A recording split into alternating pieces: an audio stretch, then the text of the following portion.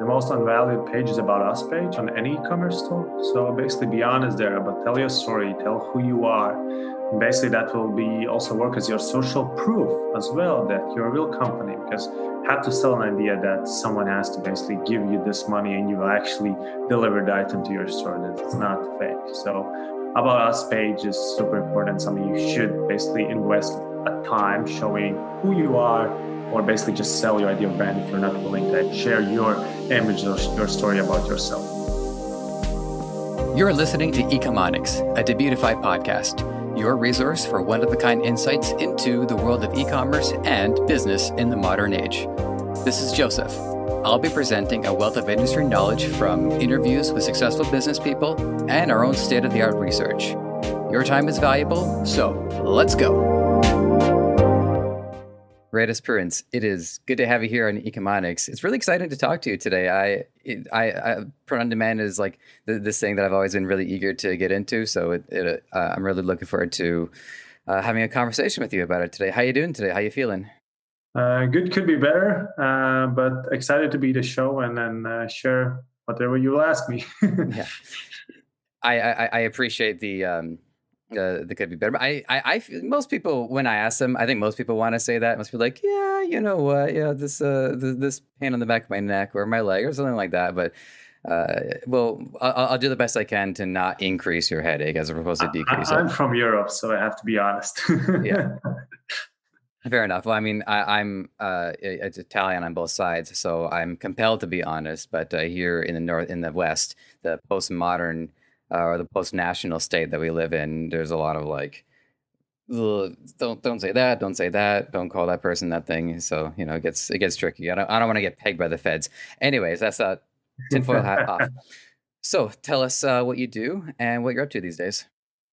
So I'm a head of marketing at a company, print on demand company called Printful. So I manage the whole marketing team, and the marketing team currently is pretty big. We are more than 80 people. So doing for marketing for Printful, and Printful is I will use and say leading print on demand company in the world. Probably we have locations the U.S., Europe, Mexico, Canada, Australia, Japan, and what we do, we allow anyone to start their own basically dream job. So you can become your own e-commerce store owner with basically minimum investment or no investment at all, and one day, from your kitchen table, you can launch your e-commerce store by offering everyone else printed merch. And if someone orders, we'll be the ones who will fulfill the item and send to their customer in name of you. So, and my job and my team's job is to get more people into this topic, because not so many people know that you can basically launch your e-commerce store so easy. Yeah, I think a lot of people, even if they have been exposed to the concept of it, there is a great deal of reluctance just because it connotates a higher risk. Compare that to the structure that they're in, where they have their shift scheduling and the money's coming in consistently. So part of it is awareness, but then part of it is the motivation to really do it. So I got to say, 80 people on marketing team. I can definitely see why you guys say you're the leading, and I will say I haven't talked to any other print-on-demand companies. So if anybody else wants to challenge the crown, go for it. But I'm pretty sure we're talking to the people on top right now. But like 80 people for a marketing team, what are the delegations exactly? Is it people? Do you have like people in creative making video content? You have copywriters, or are you people on the ground just like knocking on doors, assuming you're allowed to do that at the moment? It's like 4 years ago we were just 5. So and now after 4 years we're 80. And there's content team, basically the one, and most of them are English content team, can think about everything. So we have video content marketers. So basically we run our YouTube channels, almost 100K subscribers. So have a lot of manual content. So we invest a lot of in educational content. So we know that it's really, really hard to launch e-commerce store and actually get someone else to actually buy something from you. So we take that really serious. So we launch a lot of educational content. You can actually do that. You can launch your store.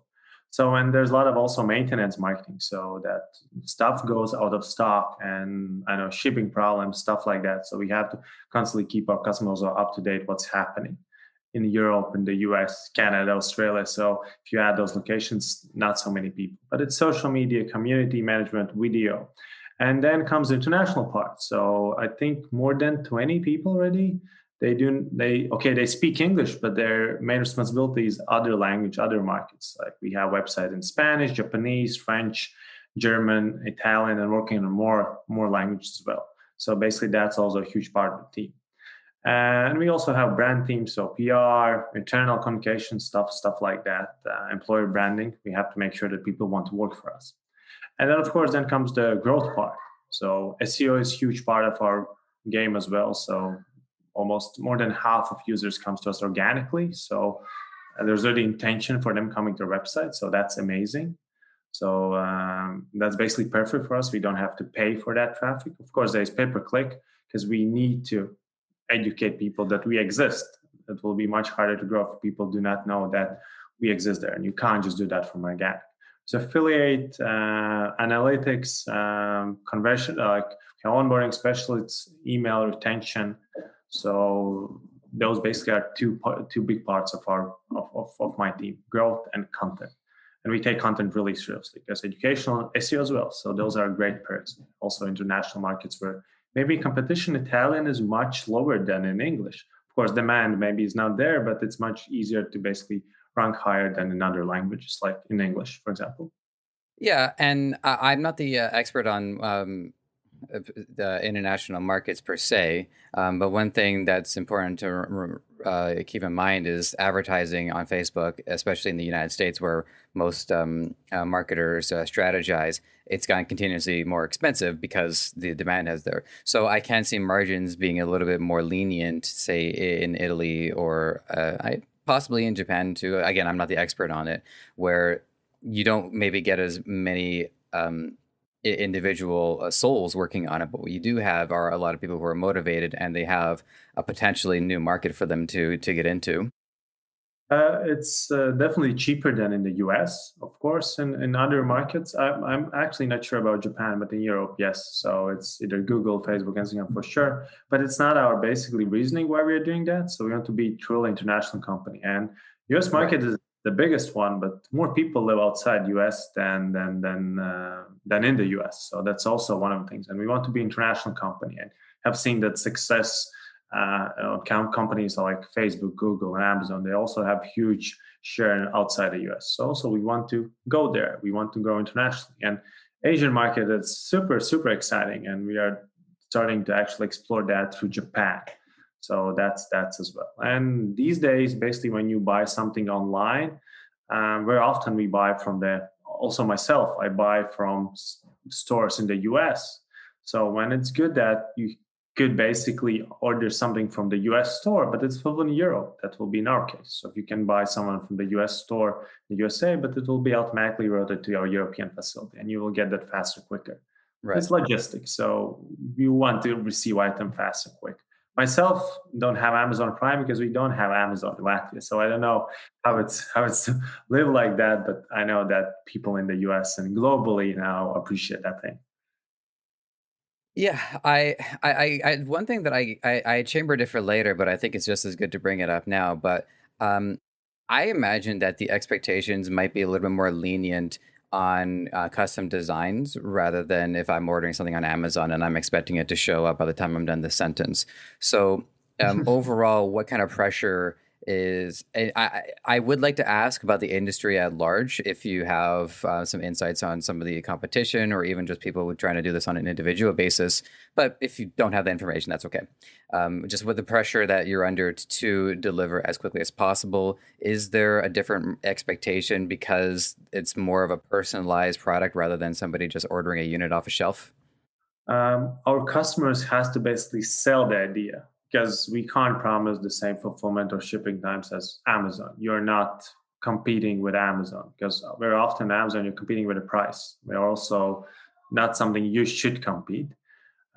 So there's pressure from our side. We know that we have to cut down on the fulfilling time. So our promise is 2 to 5 or 2 to 7 business days, depending on the category plus the shipping. So that adds up. So we are educating customers. They have to basically sell the idea that this is item made on demand. So basically, also creating less waste. So it's made for you, and you have to basically explain why it's worth basically waiting for that, because you're not probably buying a t-shirt like a t-shirt. You're buying it because of the design or embroidery or an item on it. So basically, we're often also supporting some cause, or maybe you're supporting your favorite YouTuber or Instagram or favorite podcast. So there should be some additional message that it's not just a t-shirt. You're basically supporting a small merchant as well. It was a huge thing when COVID hit as well. So support smaller merchants. Don't go with the biggest chains. So that's the constant thing. You have to basically set the expectations that you will have to wait a little bit longer than if you order something from Amazon. And you have to show that it's worth to wait, because you will get something you can't get anywhere else. So basically unique item. And in some cases, it's personalization. So something also can use. So if someone wants to, if you want to add your own name to the product, I can easily do that. It's not going to cost me more, but as a seller, I can charge you 10% premium because I'm adding a name and the person do not know that. And you can launch different crazy ideas, star maps or something like that, where every item can be unique. But you can't do that if you order something with a bulk on screen printing. Right. And I also think too that with smaller businesses, or as you say, like YouTube personalities, podcast personalities, is I also would imagine that the customers have a little bit more inherent patience because they know that they are rooting for an underdog, or they are supporting a smaller business. They're more connected with the brand, and smaller businesses conversely understand the importance of strong customer service, making sure that each individual customer is treated with respect and is in constant communication. All right, it's on the way. It's going to be shipped in a few days. Let us know if anything comes up, and we'll do the same. I think the most, someone I think on the podcast also talked about that. So the most unvalued page is about us page on any e-commerce store. So basically be honest there, but tell your story, tell who you are. And basically that will be also work as your social proof as well, that you're a real company, because you have to sell an idea that someone has to basically give you this money and you actually deliver the item to your store, that it's not fake. So about us page is super important, something you should basically invest a time showing who you are, or basically just sell your idea of brand if you're not willing to actually share your image or your story about yourself. Mhm. Oh, one thing I wanted to go back to, by the way, because just as you were mentioning what are the different responsibilities of the marketing team, there was one term that I'm sure has been talked about or I've been exposed to, but I never actually heard the term, which is maintenance marketing. So this goes back to I do remember taking a marketing class way back in high school, and there were the first thing was to try to sell people on the product, and then the other side of the advertising was to continue to validate the customer's decision, making them feel like that they were part of a larger movement. So if I buy, I don't know, a Saturn, and then the Saturn commercial still kept coming on, I'm not going to buy another one anytime soon. But it still feels good to know that the company is still active and is still getting a message out there. So within maintenance marketing, how utilitarian is this? Is this just like, hey, you only get in touch with people because something is up and there needs to be updates, or is it also more of like can also be a casual used casually too, just to just check in, see how people are feeling? So maybe I'm not using the term right, but it's something we are using internally. So what we understand with maintenance marketing is that something something will go out of stock. So I can also use the example from a year ago when pandemic hit. So in 1 week we had to shut down both of our facilities in the US because non-essential. So non-essential business were not able to operate there. And if you're at a SaaS company, true SaaS company, because in one way we also the SaaS company with basically software that is so easy to launch your Shopify store, Etsy store. So we offer that part.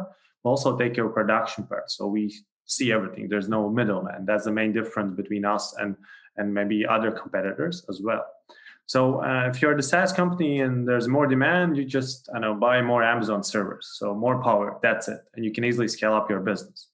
So, but if you're a production company, then you have to produce the item.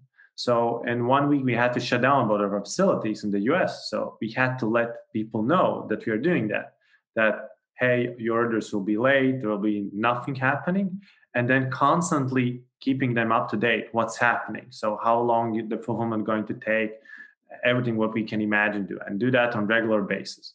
It's basically what we have been doing. We did from the March, I believe, until December. So we don't have to do it now anymore so actively.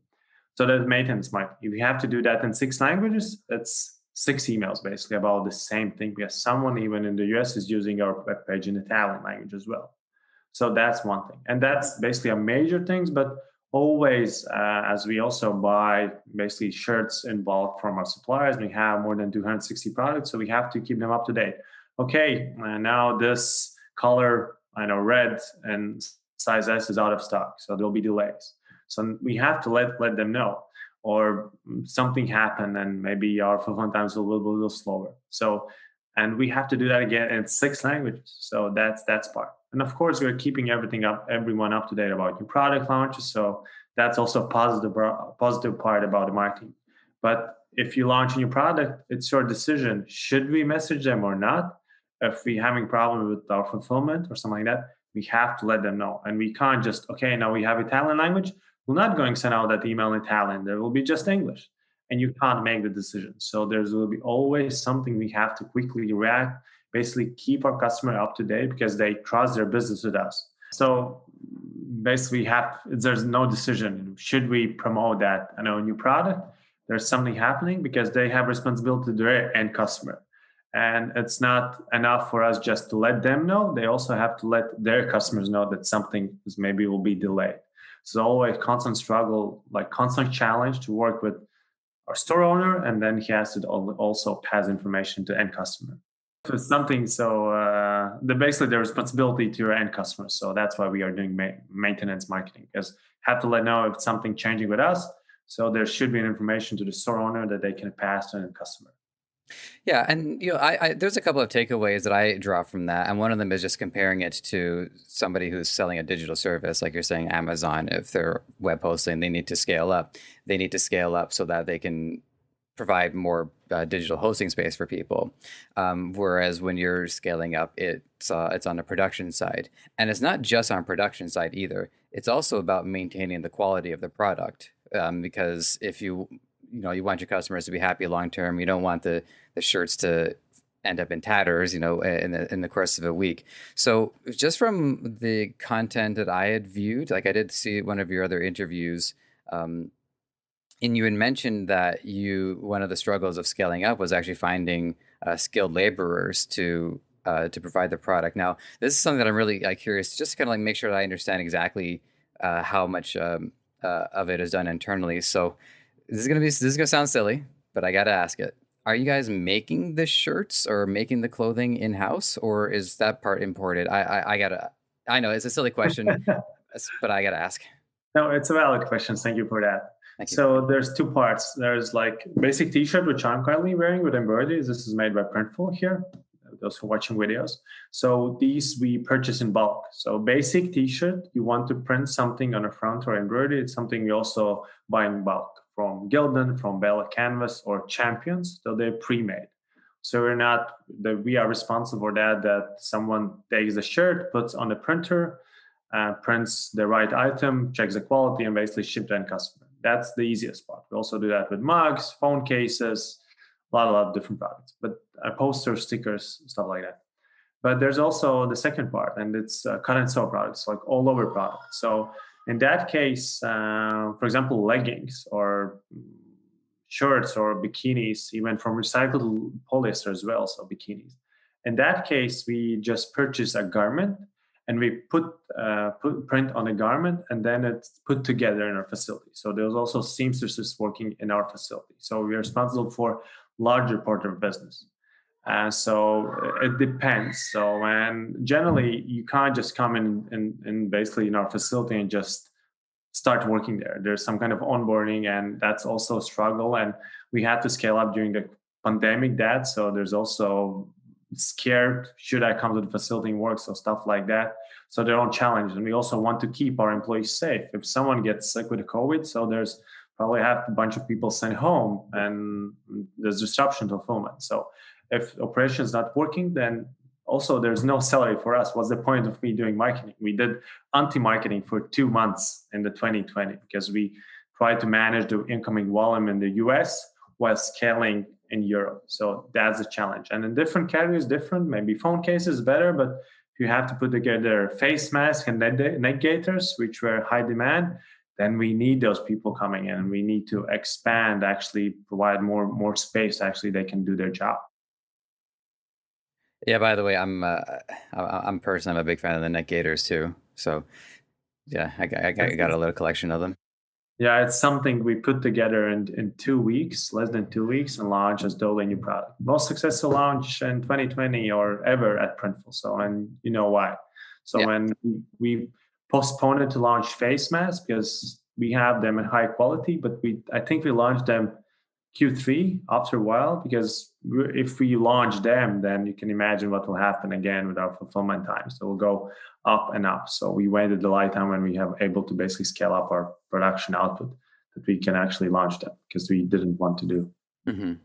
I tend to avoid pandemic questions, not because it's not like a subject worth touching on, but I just wanted to I was just making sure that I didn't end up like spending each episode like, oh, how did you deal with the pandemic? How did you deal with the pandemic? But in this case, I'm going to make an exception because I think there's some unique challenges that your company is facing. You have people coming into work, and and some people are depending on your product. And if providing face masks and neck gaiters, it can be important, right? If somebody's selling that and they're depending on you, so there's a lot of factors involved here. So I guess the way I'd like to pose this question is, let's say hypothetically, tomorrow we find out, all right, everyone's good. We can all go back to 2019. We'll try 2020 again. And then 6 months go by, and then it's COVID 2.0. So have you taken, are the measures now in place that you'll know what to do to handle the situation should it come up again? Well, I can't completely answer to that yes, because you never know what's going to happen. But I believe Fair. that That's everyone fair. is much more ready to actually face if there'll be 2.0. For God's sake, please no. Let's get back to the normal. I would wish that. And everyone has more experience. The government, you and then me and everyone else, so that we are more prepared because the last time something like that happened was a while ago. And our main learning is from this, what we are taking in 2021, that usually the team which was catching up with our demand was the operations team. So, and they tried to basically be perfect, that there's basically no extra space to actually do more fulfillment. And what we want to do in this year, maybe in the future as well, that we can much easier scale up, that we have the place and not just the people are the one obstacle. There's also equipment and space like that. So operations team has to scale up much quicker than anyone else. So that's basically the main learning. Regarding the safety and stuff like that, that probably we have figured out, and we are still basically working as we work it in March, even on face masks, distancing, stuff like that. Uh, I believe that even still have more stricter thing in the US and in Europe as well. So yes, we'll be more ready, but you never know. Yeah. The question maybe I like to think, what will happen when the pandemic ends because you're in e-commerce? What will happen with the demand? So that's maybe something we can talk about a little bit. Sure. Yeah. Let's jump right into that. And one thing I'll mention too. I say it in jest, but I think I can't wait for the pandemic to be over so I can go back to making excuses not to leave my apartment as opposed to just not leaving my apartment. So yeah. You guys have, I presume, had conversations and are just trying to figure out what will happen now that you've scaled up, and now the doors are going to be flying open left, right, and center. So, what insights do you have so far about it? So one thing, of course, the main question, will the people habit change? So will we still buy so many things online? So probably e-commerce will continue to grow, but maybe growth will not be as we saw in the past year because it was probably, I can still use name insane what we saw. So I believe that of course it will affect us. So it will be probably demand will drop and in some cases, but why maybe a little bit different position that we are printful, we are print on demand drop shipping. So still not so many people know that you can launch an online business. So we'll still have a room to actually educate that something like that exists and encourage people to start selling online, because you can't start your merch line with basically almost zero investment if you want to do it offline. The only choice is online. So there will still be these side hustlers, these Hmm. e-commerce entrepreneurs who want to just do something online, because your choice is, now if you're a side hustler, you can drive Uber or you can go online. You can choose whatever you want. So we'll see some effect, but because that people have spent more time online, they know what is that. So I believe still there's a job and task for the marketing team actually continue to get more people abroad to actually use this. Because we saw one, like people were searching, there was insane growth in traffic to our website, but as people understand it, it's went down, and we'll see that also in the future. Hopefully there will be some growth after a while, but it's unknown. And if someone knows the answer, please message me on LinkedIn. Yeah, well, I mean, one thing that I notice is the printing locations are all in key areas. We got one here in Toronto, Canada. So don't be surprised if I come knocking one day.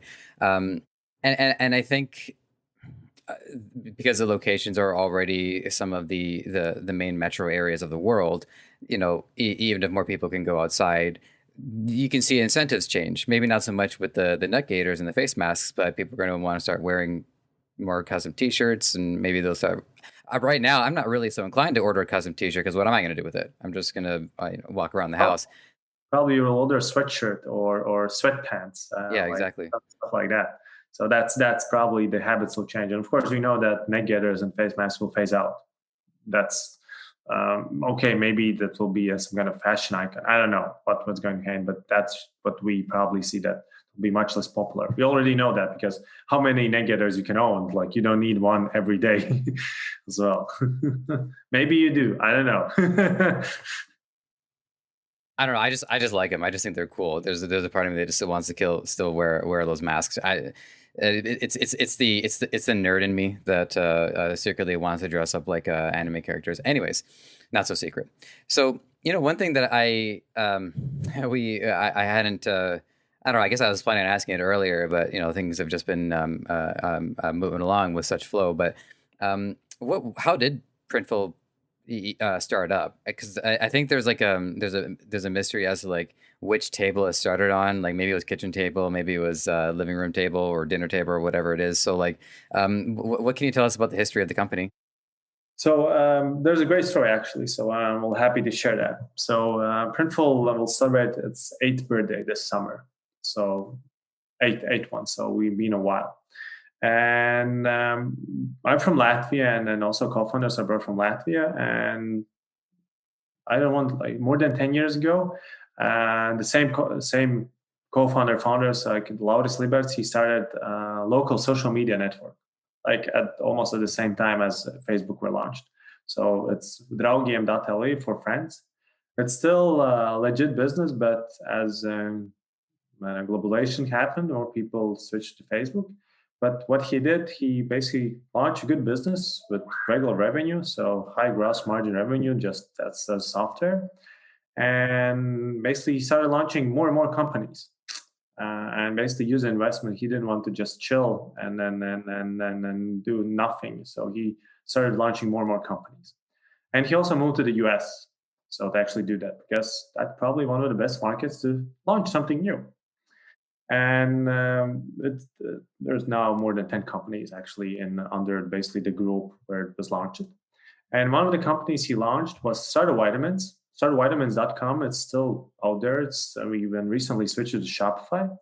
And if you go there, you can order a motivational poster like "Get shit done, fail, learn, experiment." Probably you have seen them somewhere.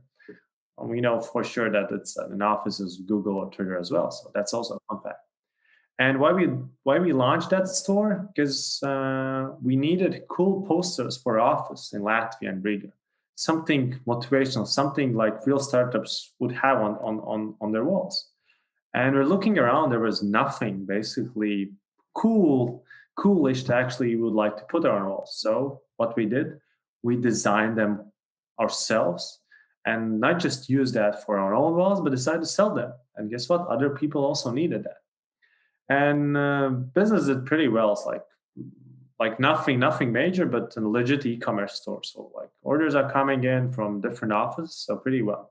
Yeah, that started adding more products, but then we want to add like apparel, and we started looking around. Like, is there someone who can actually do that on demand, that we don't have to basically do that everything on our own? Because we started with posters, that's easy. You just buy one printer, basically print it out, put in the roll tube, and ship it. So that's really easy product. Different sizes, no problem.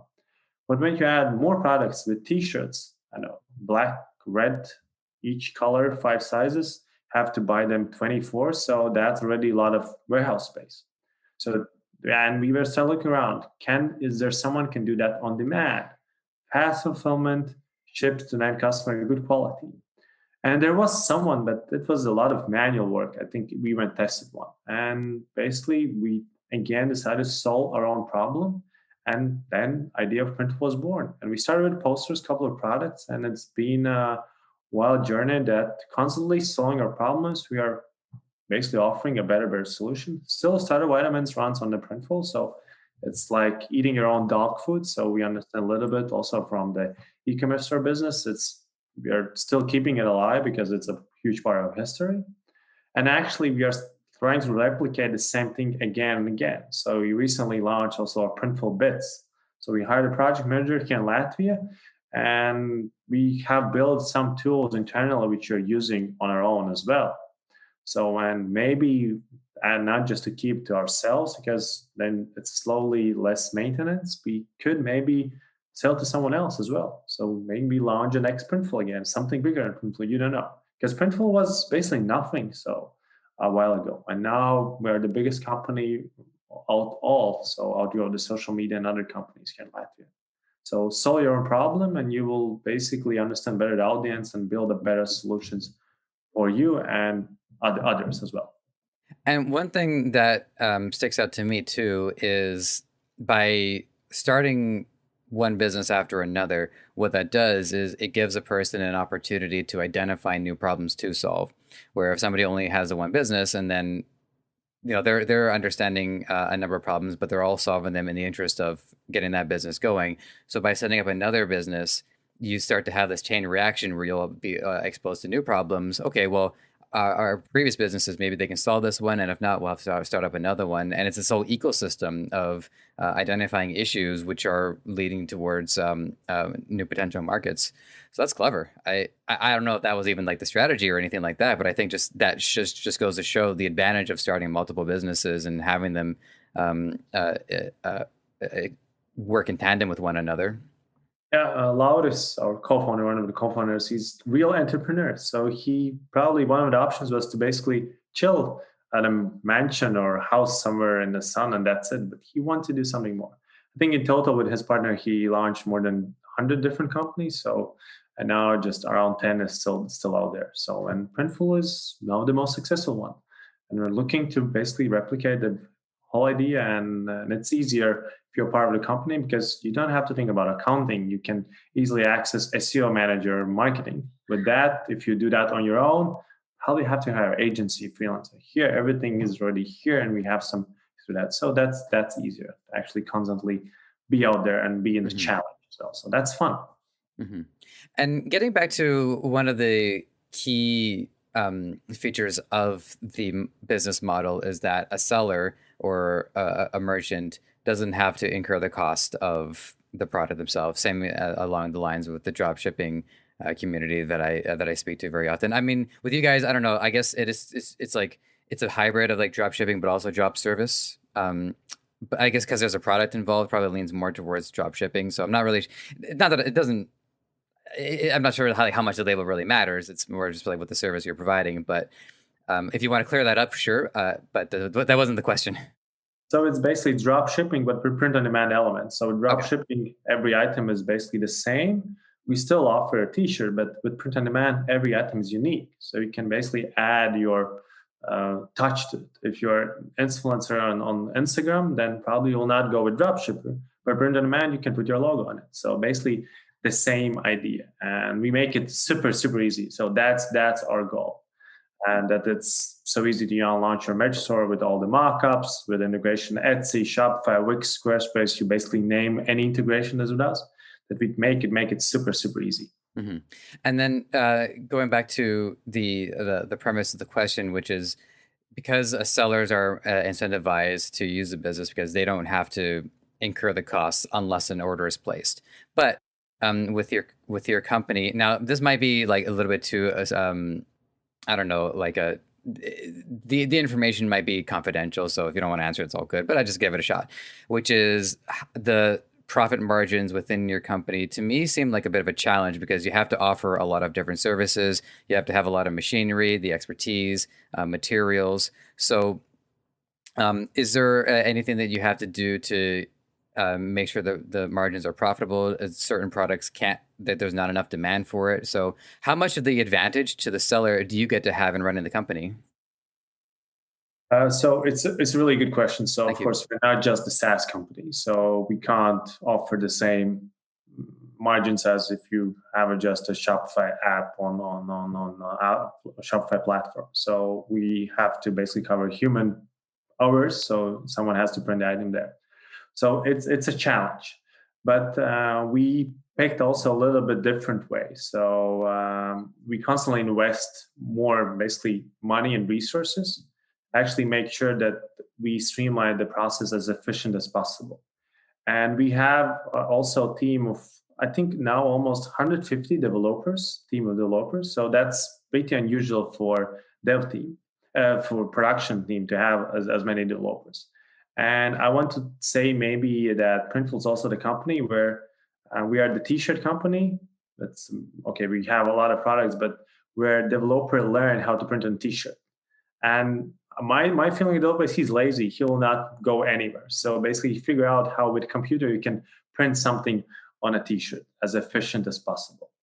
And we do that everything in-house. Of course, we have to invest in printers, stuff like that. But there's also a choice to basically outsource everything. But if you outsource, then you get even less margin as well. So because you have to then split it between someone you outsource. And one of the things we are not the cheapest ones for sure, probably even the most expensive ones, one of the expensive ones. But we want to praise our quality, and it's the best out there. So it's much more harder to actually get someone else to actually print the same quality on a product. So, and if you go with us, basically we'll save money on customer support because no one will complain you. Okay, not no one. There's always someone will complain, but there will be less problems actually. Yeah, it's an arms race between the customer complaints and the ability to address those complaints. So you get to hear, the customer gets to hear, you get to hear, the customer gets to hear. So, yeah. So it's a challenge, a gross margin, but we are feeling pretty comfortable. So I have a green light to actually. I have a team of 80 marketers, so we are in a pretty good shape. So. Yeah. No other team with bad gross margins there. And we are totally still bootstrapped. So we are capable of investing all the team, 1,600 people and all the equipment. We just spend a lot of money on new printers and bootstrapped. So there's no outside investment. So that's also something we are proudly bearing, that investors free. And in 2019, we generated $120 million in revenue, did a better job in 2020. So pretty awesome. Mm-hmm. And one of the things that, not to point fingers to any one particular company, but oftentimes in the interest of being in a profitable position, there has to be sacrifices to, say, the environment. There ends up being emissions or there ends up being waste. For some reason, my algorithms have been reminding me lately of just how much food a grocery store throws out at the end of the day when they could just as easily give that food to people in need. So I don't want to get in that part of it. It's just for some reason the algorithm is really reminding me about it lately. But what I know about your company is that sustainability and the environment is also an important aspect of this. So on top of everything else that you're doing, what measures are you taking to be as green as you can? So yeah, it's been a hot topic for last couple of years, and we are looking at it much more careful also in our company. So because it's not just a nice thing to do, it's just people expect from you to actually do it. That's not just basically, okay, I can sell this as a marketing message. So it has to be on every company's roadmap that you think about that, because your own employees also expect you to actually taking care of the planet and whatever you do. So, and I want to also say that Printful, print on demand. So basically, everything what we print is already sold. So I can't use name no waste, but it's as less waste as possible. So any other company who does that in bulk, probably it will be over exaggerating that every item you buy on their store, probably there's one also thrown away because they are not able to sell it. And it's so cheap that they actually can do that. So by definition of our company, we generate less waste than a bulk printer or anyone else because we print only those items for sale. And of course, it's just one part is the product part. So the way how we do that. So there's also our equipment partner is investing in that as well. That they spend, for example, less ink on the printing, and it's natural and stuff like that. So that's also a part of the process. And you can look on the different ways. So also the product. So you can go with cheap T-shirt. You can go with from organic cotton as well. So we offer more of the products is basically not from the eco side, but we offer the variety because still some people more prefer the price than the different product. So we want to give them options so they can make the decision which product they want to choose and go. And the third thing is packaging. We can do much better job with that. So that's one of the highly requested thing that we're working on. That basically every packaging is more eco than it was previously. So we're already using recycled plastic, but there's still some improvement on our part. So then there's the brand who can go with a eco product. We can sell the way how they print, and they also receive it in eco packaging. So basically, you can build sustainable brand under Printful, your merch line. So we look at that much more carefully, but the biggest probably waste or harm to the environment we provide is basically getting packaged to the end customer. So that's something also we have to keep that in mind. But then also we have to remember that the end consumer makes the decision to purchase the item online. So basically understand that it will be delivered from somewhere. So someone will drive, and that's basically the biggest part of harm to the environment that we have to start thinking about. So how can you offset your carbon emissions?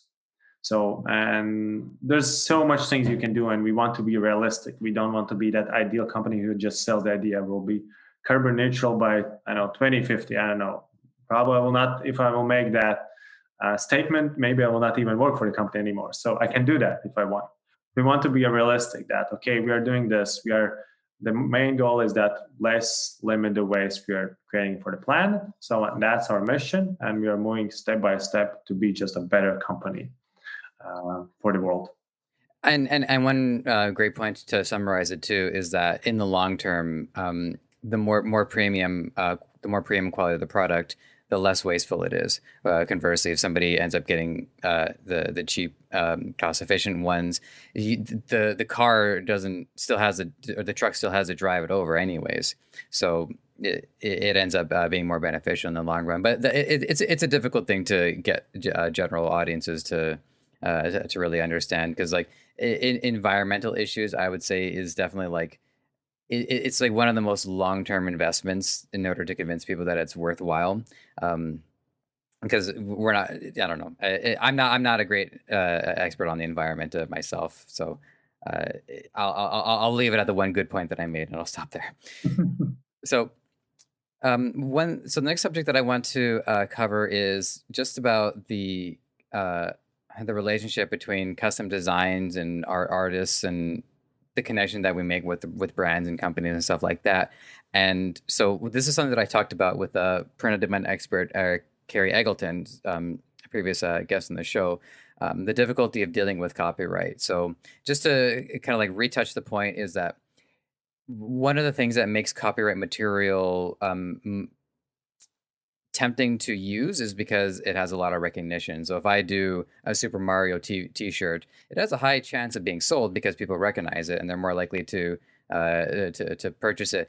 But I'm taking away the overall work that Nintendo had done to make Mario a marketable product in the first place.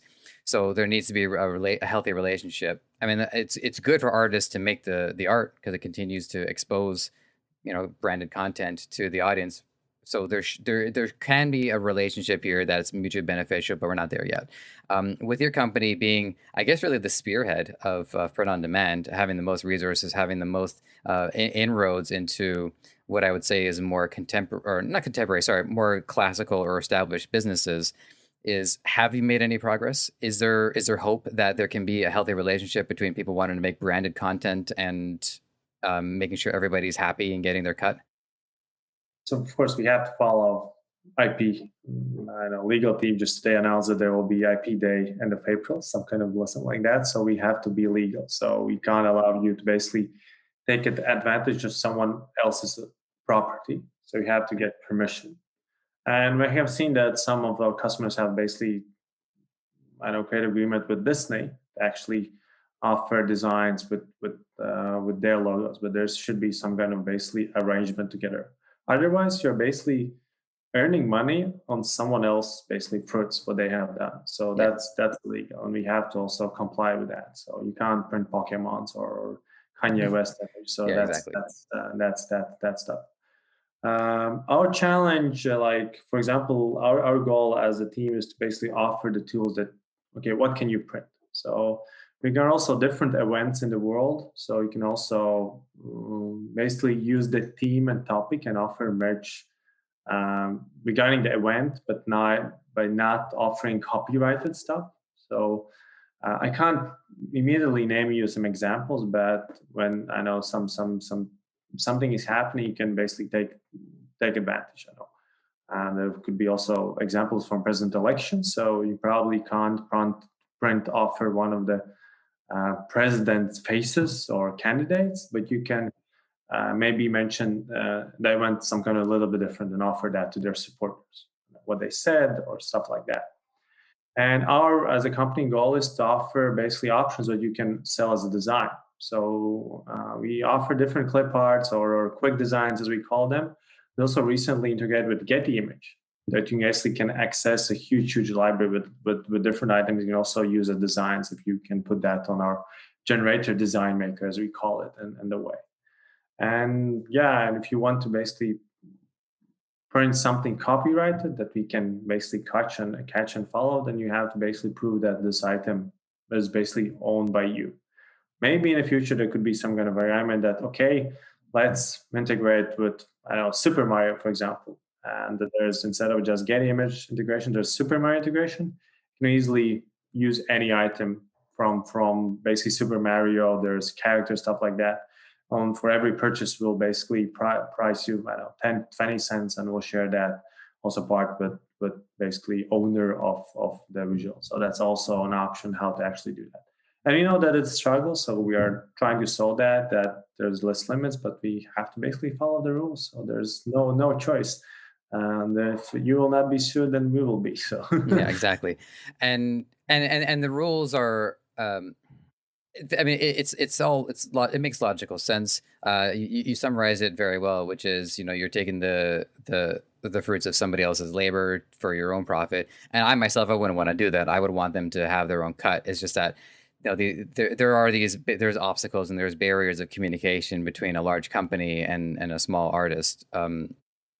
And so the reason why I pose the question to you is because I think, as Printful continues to grow and have a large influence and has the resources for it, is there aren't really, I can't really think of anybody else who has the resources to try and bridge that gap. So, here's hoping for the future, because I think if it can be resolved in a way that again makes everybody happy, it'll really help the artists out, because it, I've been to conventions. You walk around our artist alley, and everybody is super talented, and there's a lot of really good work there. It's just that I don't have the money to support every one of them, so I tend to lean towards the art done based on the things that I like. And a lot of these artists could really benefit from having having just a little bit of a extra incentive to make content that other people recognize and are more likely to convert into money. So, it's speculation, but it would be a happy future if we can get to that point. yeah, we know that we have a two big audience using Printful. So one is artists and another and basically marketers. So basically both parts. If you can connect these both sides, and they could basically um, help each other businesses. So marketer, he don't know how to draw. So basically he's probably looking for a freelancer. It's already there. So basically, and artists usually they struggle is that they can build an amazing art and they can basically put it online on a Shopify or I know other store. But the main struggle, they have to get someone to their store willing to pay the price for the art. And it's basically the hardest part. Yeah. So, and basically someone who will show you how to do marketing part. Because in very, very often my marketing team is teaching others how to do marketing. So because we know that if you will not get someone to your website besides your mom, friend, or whatever, Yeah. and there will be no business, not just for you, also not for print. So we are constantly investing into that. So Yeah, maybe I'm a bit of a stickler myself, but in all of the work that I've done, I actually go out of my way not to like promote it to my parents and my friends because I've always feel like that's an artificial way to build a foundation or mimic success. You know, I want to know that like content or whatever it is that I do has an organic reach to the like-minded people, and I just don't want to bug my mom all that much. Um, mom will so be happy to support you. So that's the first logical step. but that's the thing though. That's the thing. Is like it's no, it doesn't to me. It's like, well, yeah, of course she's happy to support. But what does that tell me? It tell, that yeah, okay, that tells me that my mom was willing to support. Anyways, uh, you know, again, I know. I'm a stickler. I'm a stickler for it. So I actually wanted to ask a little bit about my own position because I'm in a very happy relationship. My girlfriend is super talented. She's a great artist, and um, I would feel like we are missing out on a huge opportunity by not doing print on demand. So it's something that I really want to get into. Mhm. However, I also can only afford so many Shopify stores. Like I am putting resources into one Shopify store for a different product that I'm drop shipping to because I got to do it. I got to learn how to do this, and also I want to make gobs of money. But for print on demand, what I'd like to know is what are some of the more low cost options and if I feel like I might be stretching here, but like if there aren't that many, if there's not that much actual work done, there's a couple of images. So I guess like the lowest point to start off with, even if it means I don't have to have our own website, what can you recommend? So there's always decision. Like usually, should you go Shopify? But yeah, it's probably the cheapest way what you get in return. But it's $30 a month plus everything else. So it's but you will be the most successful one if you're serious about it. Go with a Shopify. There's options as well. So if you want to still build your own website, it's for example, Big Cartel is a great option for artists. It's not so known option, but it's many artists prefers that. So and I think there was super low fees. But there's another option is marketplace. And if you think about a marketplace, you usually think about Amazon, but it's not easy to start on Amazon, and there's a lot of competition. But there's another marketplace called Etsy. So it's historically been handcrafty thing, but they also let print on demand companies. So print on demand, there's also on their platform and their listing fees is super low. I believe the last one I checked, and I still carry one Etsy store myself as well to actually be familiar with basically what our customers trying to achieve. I think listing fee was 20 cents per listing. It's not bad at all. So it's nothing, and there's also processing if someone buys. So and listing fee is like 20 cents for 90 days, something like that. So it's easy.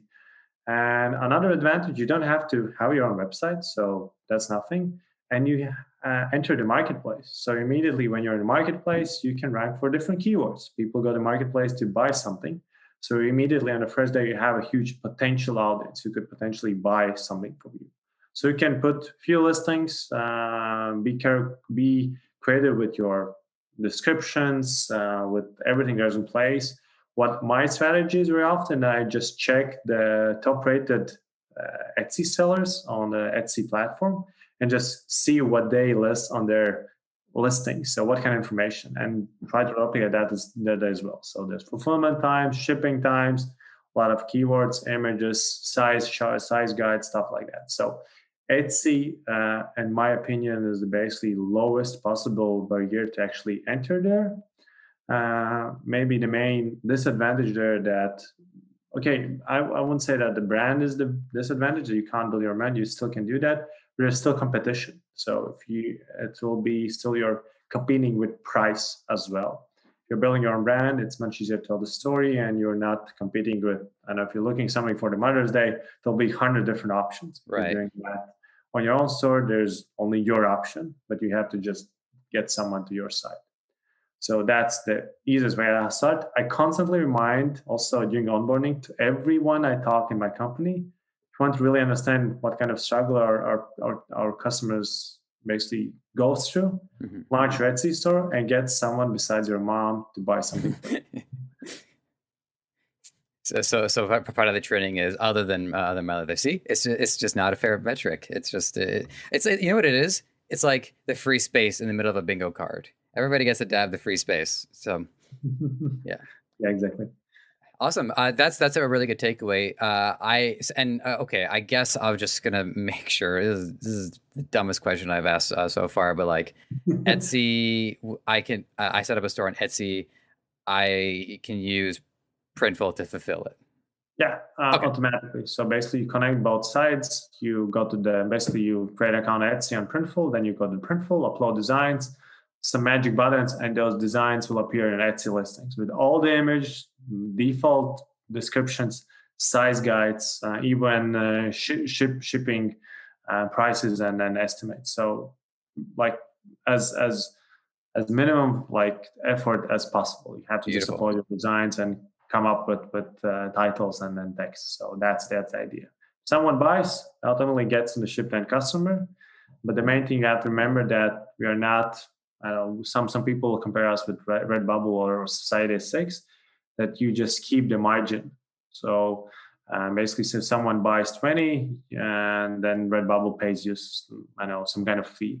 In this case, the cheapest T-shirt costs us around $8 with one design, and you can sell it for $20 or $30. It's up to you, and you always keep basically the margin, and you can figure that out part. And there will be two pricing, so customer will not directly pay to the Printful. No, you basically will pay yourself to Printful, and you will get those $20 to your account.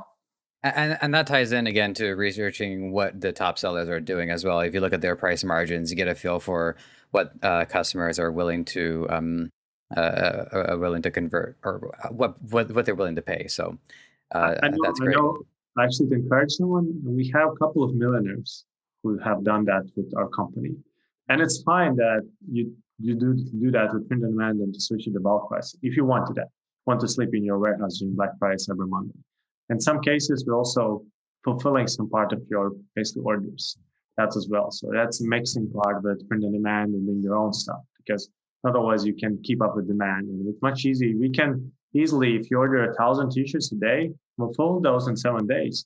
If you want to, basically someone from nowhere orders that amount with your store, try to fulfill that on your own. So it's much easier to actually scale the production up with print on demand partner. We're happy to do that. So you don't have to stick out with this forever, because there's basically no agreement. If you don't want to use that, go to the bulk. It's maybe more financial, but it will be much harder to sell posters, leggings, stickers, t-shirts, and mugs under one roof on your own, because you need 5 printers. We have them.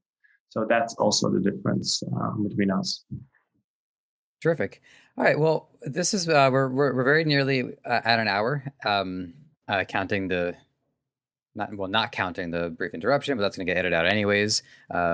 So the last thing that I want to ask you, just before we let you go, just to kind of like decompress, is if you can tell us what for our audience, including myself, we don't know much about Latvia. I'm afraid we just haven't had the chance to really talk to anybody about it. So what would you like to tell our audience about what makes Latvia special? We are the only country who speaks Latvian. So only one in Latvia. And we have a really, really long seaside. So if you come visit Latvia, come to the summer. So it's amazing here, and really hot as well, sometimes tends to.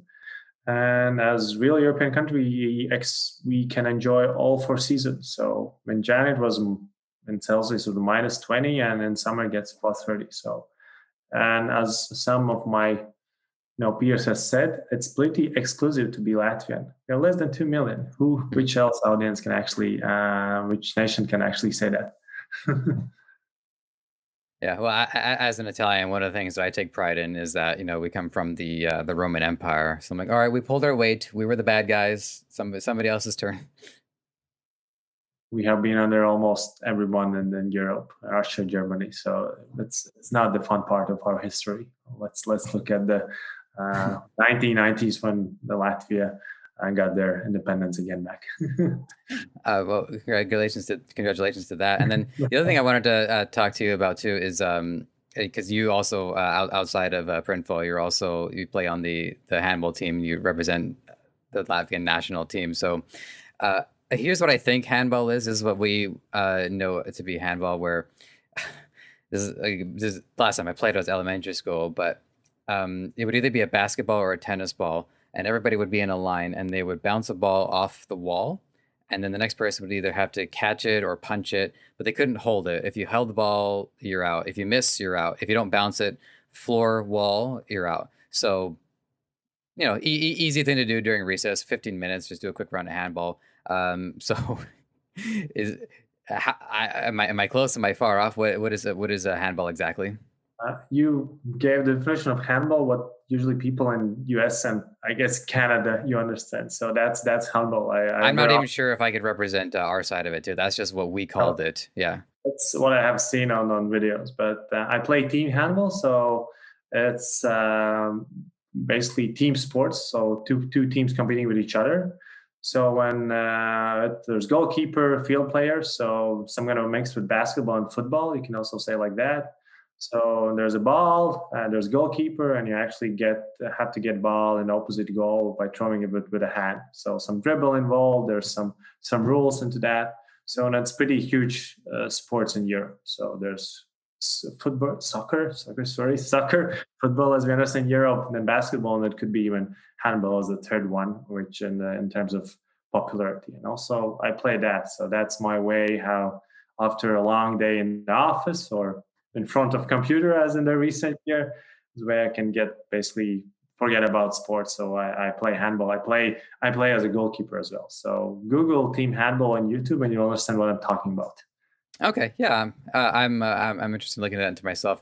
My somebody I knew in elementary school, he did try to invent something similar to what you're describing. It was called Bocker, where it was soccer, but you would have to pick it up and you would have to punch the ball and try to get it into the net. It was all punching. So interesting take on it, but it didn't have legs. That's fun. Actually, Denmark invented the sport because girls didn't want to play football, so they invented handball. So at the start, they played also on the soccer field and outside, and now it's indoor sports, also in the Olympics as well. Oh, okay, terrific.